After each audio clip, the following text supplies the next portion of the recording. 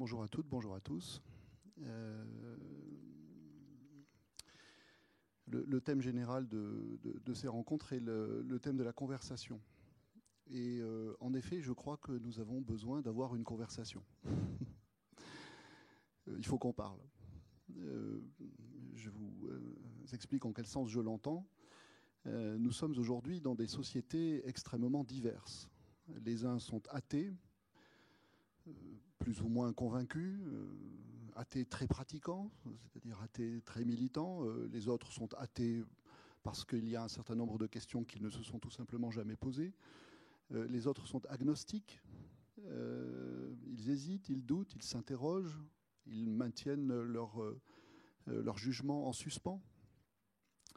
Et puis, il y a aussi des croyants de toute confession, de toutes obédiences. Nous sommes ici chrétiens, juifs, musulmans. Il y a parmi nous des hindous, des bouddhistes. Il y a également des gens qui cherchent un chemin de sens et un chemin spirituel du côté de pratiques qui n'ont rien de religieuse. Je pense par exemple aujourd'hui au succès de la méditation de pleine conscience, aux pratiques de yoga, etc., etc. Et nous sentons donc tous, plus ou moins confusément, plus ou moins nettement, que nous sommes dans un moment de société où, quelle que soit la diversité de nos parcours et de nos convictions, eh bien, nous nous posons des questions. Nous nous posons des questions de sens, nous nous posons des questions essentielles. Il y a, je ne sais pas si vous le sentez de la même manière que moi, il y a un besoin de sens et de se poser à nouveau des questions fondamentales ensemble dans notre société. C'est en ce sens-là que je disais, il me semble que nous avons besoin d'une conversation. Et à cet égard, le thème de la prière me paraît être tout à fait propice à avoir ce type de conversation dont nous avons besoin actuellement. Pourquoi ? Parce que la prière fait une hypothèse qui nous interpelle et sur laquelle nous avons besoin de nous interpeller tous, athées, agnostiques, croyants. Cette hypothèse, c'est justement, pour reprendre un thème de l'exposé précédent, cette hypothèse, c'est qu'il y aurait une conversation possible avec un être transcendant que les religions appellent Dieu. Il y aurait un dialogue possible avec quelque chose, je dis quelque chose en le laissant délibérément dans l'indéterminé, avec quelque chose qui, à la fois, nous interpelle et nous dépasse, nous convoque et nous écrase, nous concerne et nous ignore. En tout cas, quelque chose dont la transcendance nous apparaît comme mystérieuse, puisque, si je le dis comme les religions l'ont toujours dit dans leur théologie, cette transcendance serait en même temps cette fameuse immanence dont il a été question à travers l'intimior intimo meo, dont nous parle Augustin dans les Confessions. Bon. En tout cas, voilà. Je crois que si aujourd'hui, dans notre société multiculturelle, où notre rapport au religieux, notre rapport au spirituel est très différent selon les individus, eh bien, nous voulons avoir des conversations et nous sentons que nous avons besoin d'avoir ces conversations. La prière peut être un bel objet de conversation à travers l'hypothèse qu'elle nous propose. Que se passe-t-il dans la prière ? Si je le dis comme Kant, vous savez les fameuses 4 questions kantiennes, que dois-je faire, que puis-je savoir, que m'est-il permis d'espérer, qu'est-ce que l'homme ? C'est la 3e qui nous intéresse ici. Que m'est-il permis d'espérer dans la prière ? Est-ce que dans la prière, il m'est permis d'espérer entrer en relation avec un être mystérieux qui me dépasse, peut-être avec l'être des êtres, peut-être avec l'être qui est à l'origine de tout ce qui est, peut-être avec l'être qui n'a besoin que de dire qu'il est, sans préciser ce qu'il est, parce qu'il est justement tout ce qu'il est, et peut-être même plus que ce qu'il est, comme le disent d'ailleurs les théologies apophatiques, bon, ou bien est-ce que je suis simplement dans ce moment, en réalité, dans un moment de très grande solitude, c'est-à-dire que, loin de faire l'expérience du contact avec une réalité transcendante, ma croyance est une illusion subjective qui me donne le sentiment justement de dialoguer avec un être supérieur, alors qu'en fait, tragiquement, mais peut-être que je ne veux pas me l'avouer, je suis tout seul. Je suis tout seul. Et donc, nous sommes convoqués ici devant une alternative qui nous convoque, que nous soyons athées, agnostiques ou croyants, parce que cette alternative est je dirais, essentiel dans notre réflexion sur notre condition humaine. Est-ce que moi, l'être humain, j'ai la possibilité ou non d'entrer en contact avec quelque chose dont la nature dépasse les limites de ce monde, c'est-à-dire de faire, pour le dire encore une fois comme Kant, une expérience métaphysique, ou pas? Est-ce que véritablement, je peux ambitionner qu'il y ait dans ma prière un face-à-face avec Dieu, une rencontre avec Dieu, ou avec ce dont Dieu est le chiffre, ou si vous voulez, le symbole, hein? Ou est-ce que, eh bien, tout compte fait, tout bien pesé, en mon âme et conscience, après avoir bien examiné la chose, j'en arrive à la conclusion qu'en effet, dans cette église, dans cette synagogue, dans cette mosquée, dans la nature, je peux prier dans la nature, hein, eh ben, je suis tout seul. Je suis tout seul et ça n'a été qu'un moment, ce moment où je me suis donc je me suis adressé à quelqu'un dont finalement il me semble qu'il s'agit simplement d'un être fictif. Eh bien, ça a été un moment de consolation, à défaut d'être un moment de grâce. Bon.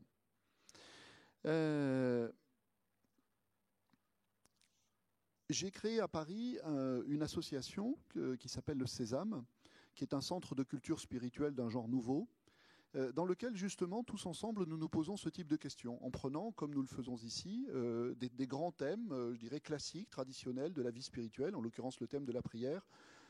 Et c'est un lieu dans lequel nous nous réunissons en ouvrant tous les textes devant nous, en ouvrant tous les livres devant nous, de toutes les traditions spirituelles de l'humanité, et où nous nous réunissons justement entre athées, agnostiques ou croyants pour examiner ensemble ce type d'hypothèse. Bon.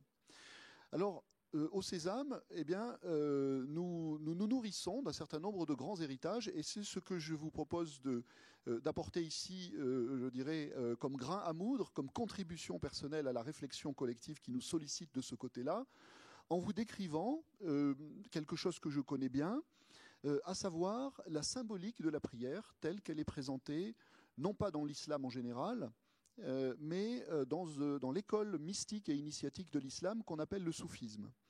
Donc je vais aller chercher du côté du soufisme, et notamment du côté d'un grand maître du soufisme qui s'appelait Ibn Arabi. Le nom ne vous est sans doute pas inconnu. C'est un homme qui meurt en 1240, on est donc un petit peu avant le milieu du XIIIe siècle. Et Ibn Arabi propose une symbolique de la prière qui a, me semble-t-il, cette vertu de pouvoir nous faire réfléchir qui que nous soyons.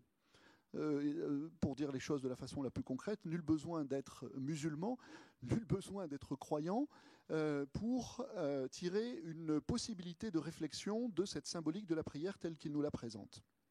Alors qu'est-ce qu'il nous dit ? Comment est-ce qu'il nous présente la prière canonique, la prière classique de l'islam? Tout d'abord, il nous rappelle, alors c'est peut-être l'occasion simplement d'une information et pas d'un rappel, mais que cette prière, si on veut l'analyser sur le plan symbolique, eh bien, il s'agit tout d'abord de prendre en compte qu'elle est constituée d'une gestuelle précise en 4 temps. Il y a d'abord, Delphine a évoqué cela aussi du côté du judaïsme, il y a d'abord un moment qui est le moment de la verticalité. Je ne vais pas le faire devant vous, là, donc je vais vous le mimer avec le bras, hein, ça sera plus ou moins satisfaisant, mais il y a un second moment qui est le moment de l'inclination. Il y a un troisième moment qui est le moment de la prosternation. Et puis pour le 4e moment, je vais avoir du mal, puisqu'en réalité, il s'agit d'une station qui est la station à genoux. Et la particularité de cette station à genoux, c'est que le croyant, le priant, a à ce moment-là l'index levé. Il a la main droite posée sur son genou droit et il lève l'index. Donc, je vais vous dire la façon dont Ibn Arabi nous propose d'interpréter cette gestuelle de la prière. Je ne suis pas allé chercher de ce côté-là par hasard, je suis allé chercher de ce côté-là parce qu'il dit quelque chose qui a, me semble-t-il, une capacité à nous interpeller dans le sens le plus profond du terme, hein, à nous faire méditer, qui me paraît importante. Il dit en effet quelque chose que j'ai eu du mal à trouver ailleurs. Il dit que dans cette gestuelle de la prière, il y a un mouvement qui est effectué en même temps par l'homme et en même temps par Dieu. C'est-à-dire qu'il fait de la prière l'acte conjoint de l'humain et du divin. Et il explicite cette idée en développant son sens pour chacune des postures de la gestuelle. Il dit, lorsque le musulman se met en prière dans la station verticale, eh bien, du côté de l'homme, je vais faire ça à chaque fois, hein, du côté de l'homme, du côté de Dieu. Vous voyez quelque chose qui se fait en miroir? Évidemment, vous comprenez ce qui se joue derrière cette mise en miroir, cet effet miroir. La question qui est posée à la méditation, c'est la question de l'identité de l'homme et de l'identité de Dieu. C'est la question qui suis-je? Mais pas seulement la question qui suis-je du côté de l'être humain, mais qui suis-je également du côté de Dieu, hein? Bon. Donc, lorsque le priant se met debout, Ibn Arabi dit que du côté de l'homme, c'est un mouvement qui est un mouvement qui traduit une volonté ou une intention ou une démarche d'unification de soi. Je cesse de me disperser dans toutes les directions dans lesquelles la vie m'engage et je me mets, alors, debout dans la station verticale, vous le savez pour les musulmans, dans une direction, qui est la Mecque. Symboliquement, la Mecque, en réalité, il ne s'agit pas tellement d'un point géographique, hein. Il y a un verset du Coran qui dit Dieu est avec vous où que vous vous tourniez, ou Dieu est en face de vous où que vous vous tourniez. Donc en réalité, la Mecque symbolise ici simplement, alors je dirais, un centre spirituel, c'est-à-dire un lieu posé comme tel, qui est le lieu de résolution des mystères de notre condition, des mystères métaphysiques, le lieu de la réponse, si je le dis comme Leibniz, à la question pourquoi y a-t-il quelque chose plutôt que rien. Donc le lieu de l'origine, le lieu du sens, le lieu du fondement, etc., etc., etc. Bon.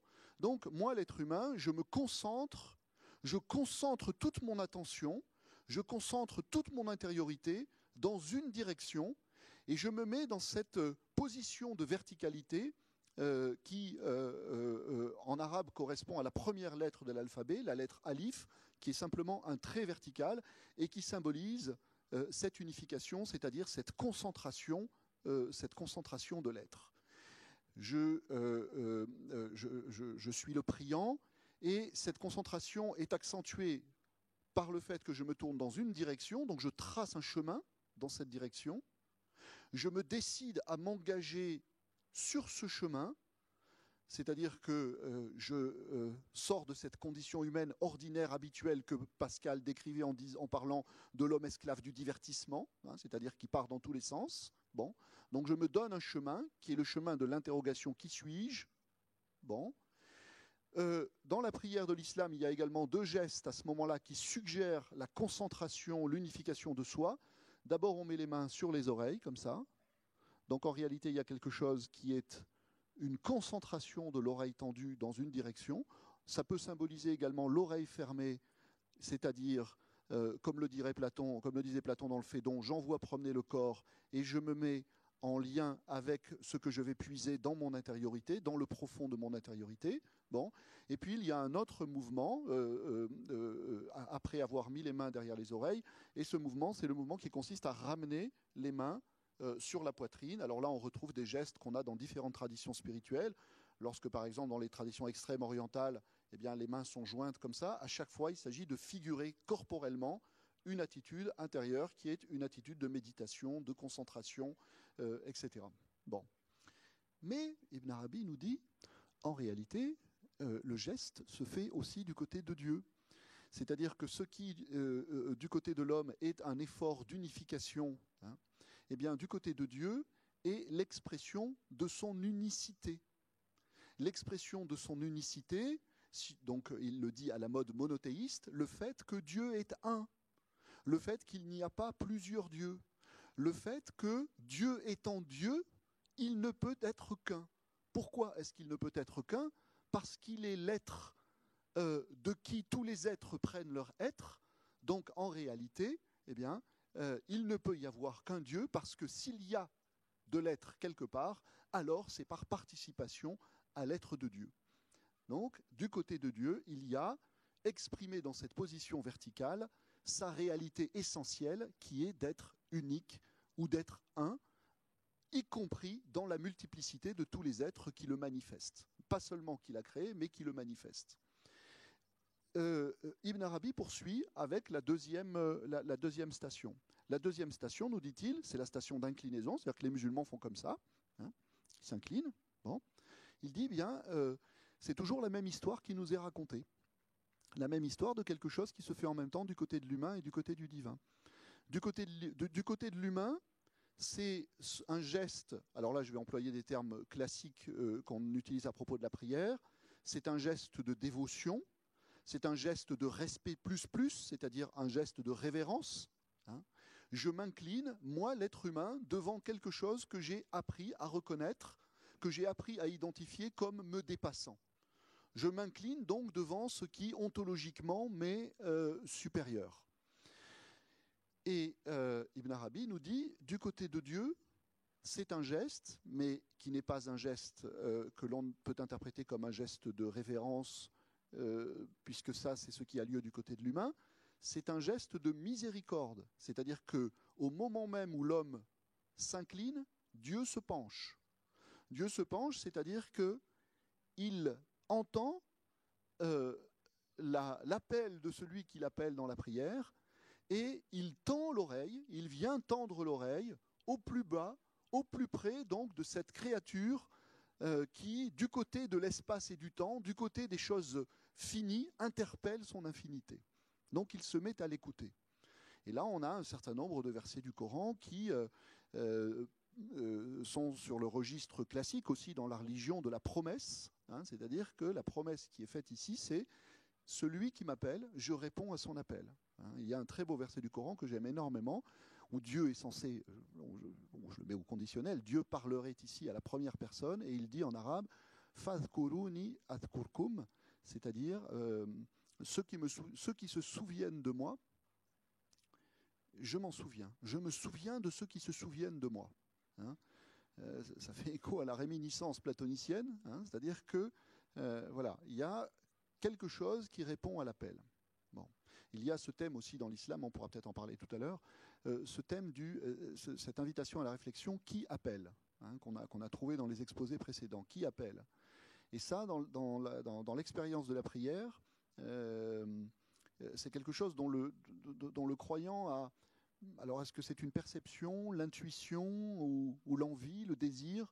Mais en tout cas, la conviction forte sur le plan intérieur qu'il a été appelé avant d'appeler. Et que s'il s'est mis à appeler, c'est qu'il avait été appelé. Et que la réponse précède l'appel que nous, les êtres humains, nous pouvons lancer du côté de ce que Camus appellera le silence déraisonnable du monde. Justement, encore un concept qui nous interpelle tous du côté de la prière. La prière, souvent, se fait en silence. Alors, il y a des prières à voix haute, bien sûr, mais la prière peut être murmurée. Et la prière se fait souvent dans des lieux de silence. Voyez ? Et donc là, on est convoqué devant une vieille question, qui est aussi vieille que notre humanité, c'est qu'est-ce qui se passe dans le silence?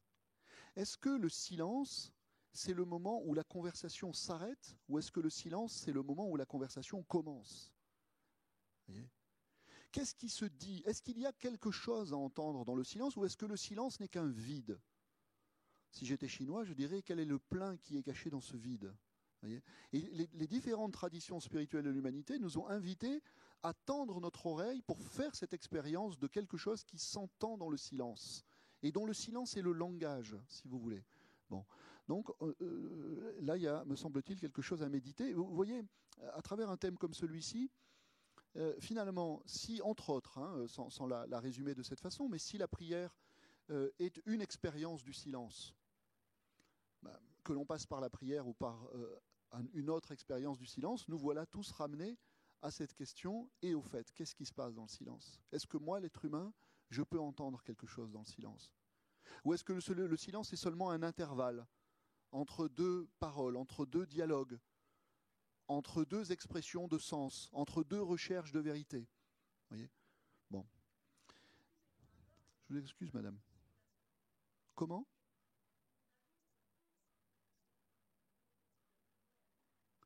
Qu'est-ce qui est basé? Oui? Je pense que la prière, elle se base surtout sur les spiritualités, absolument, selon mon avis.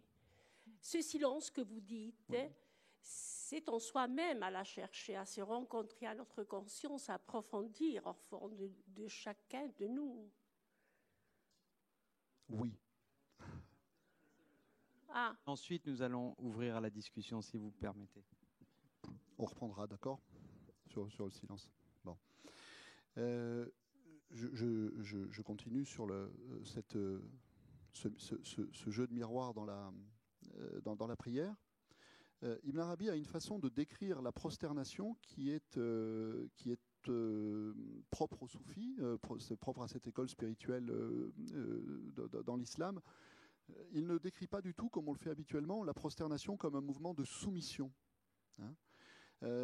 Alors vous allez me dire, c'est peut-être pire, mais c'est intéressant, me semble-t-il. Il décrit le moment de la prosternation comme un moment d'extinction de l'être, d'extinction de notre être, à nous, être humain, en tout cas dans ce que notre être a de plus, je dirais, égotique ou ordinaire. Et il le décrit comme un moment qui est un moment, à partir du moment où nous sommes passés par la porte de cette extinction de notre être, comme un moment d'unification avec Dieu. C'est comme un moment dans lequel, d'une certaine façon, il ne reste plus que l'être de Dieu. Bon. Mais ce qui est intéressant, c'est que là encore, il fait le parallèle. Il dit ce qui, de notre côté, est vécu ou peut être vécu comme une extinction, du côté divin, est une infusion. Une infusion, c'est-à-dire que Dieu fait le sacrifice de son infinité dans mon être, au moment même où mon être s'humilie le plus et est dans cet état qui est un état d'extinction. C'est-à-dire que plus l'être humain, moi, je vais me diminuer, plus la présence de Dieu va se manifester à travers moi ou va se manifester en moi. Et donc, si vous voulez, ici, on assiste, vous alliez du côté de ce thème tout à l'heure, et en effet, il est tout à fait central aussi, mais pour nous, modernes et fils des modernes, c'est un thème qui nous est devenu très, très étranger et très difficile à manier, c'est le thème du sacrifice. Hein. C'est-à-dire que là, il y aurait un double sacrifice. L'être humain sacrifie sacrifie sa finitude pour laisser s'exprimer l'infinité de Dieu, et Dieu, en sens inverse, sacrifie son infinité pour la laisser s'exprimer dans la finitude de l'homme, ramenée à ce qu'elle a de plus nul. Voyez, bon. Et puis, il y a un quatrième temps, et ce temps, c'est le temps dans lequel le croyant se relève de sa prosternation, et il s'installe dans cette position que l'islam décrit comme étant la position du témoin, du shahid en arabe. La position du témoin, c'est-à-dire que c'est un moment qui est censé exprimer pour les soufis et pour l'école d'Ibn Arabi en particulier, un moment où la gestuelle intériorisée de la prière a produit sur l'être une transformation profonde. Une transformation profonde qui fait que lorsque le priant se relève de sa prosternation, il n'est plus le même. Mais il n'est plus le même, c'est à prendre au sens le plus fort du terme, ou au sens le plus fort de l'expérience, c'est-à-dire qu'en réalité, en lui, le divin et l'humain sont devenus indiscernables. Le divin et l'humain sont devenus indiscernables, c'est-à-dire que pour Ibn Arabi, ce moment qui est le moment de ce qu'il appelle le témoignage, ou la position de témoin, vous voyez, celui qui lève le doigt, c'est celui qui témoigne de quelque chose. Bon, eh bien, c'est le moment où Dieu témoigne de lui-même, c'est-à-dire témoigne de sa présence ici et maintenant, et c'est le moment où l'homme témoigne de la présence de Dieu ici et maintenant. C'est-à-dire que le processus de la prière est un processus, alors d'aucuns diraient un processus alchimique, d'autres diraient un processus initiatique, en tout cas un processus de transformation tel que ce qui était vécu au départ comme la confrontation entre deux identités distinctes, un face-à-face avec, pour nous les êtres humains, une altérité, s'est transformé en quelque chose qui est de l'ordre de l'union. De l'union, c'est-à-dire de l'expérience simultanée que l'humain fait du divin et du divin et inversement, vous avez compris? On s'y perd dans ces trucs. Voilà. Donc, en réalité, ce moment où on se relève, c'est un moment qui correspond à ce que, par exemple, les traditions extrême-orientales appellent un moment d'éveil. Hein, c'est-à-dire un moment dans lequel la conscience que nous avons de la réalité s'est complètement métamorphosée, s'est complètement transformée. Et celui qui était perçu comme distant, celui qui était perçu comme transcendant, celui qui était perçu comme absent, devient présent. Et présent à tel point qu'il est infusé dans notre être même, qui en apparaît comme rempli, comme si la divinité à ce moment-là irriguait notre corps même, irriguer nos veines, irriguer notre sang, irriguer notre cerveau, irriguer notre parole. Peut-être qu'à ce moment-là, on peut se mettre à parler en langue, hein, diraient certains. Bon, je termine.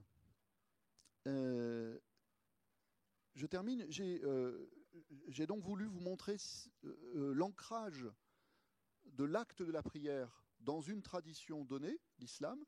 À l'intérieur de l'islam, l'ancrage dans une interprétation qui est une interprétation un peu ésotérique de la prière, qui est l'interprétation des soufis, mais avec cette volonté, je ne sais pas si ça a fonctionné, c'est à vous de me le dire, cette volonté tout à fait contemporaine de m'adresser à un public qui n'est pas musulman et qui n'a pas envie de se convertir à l'islam, et heureusement.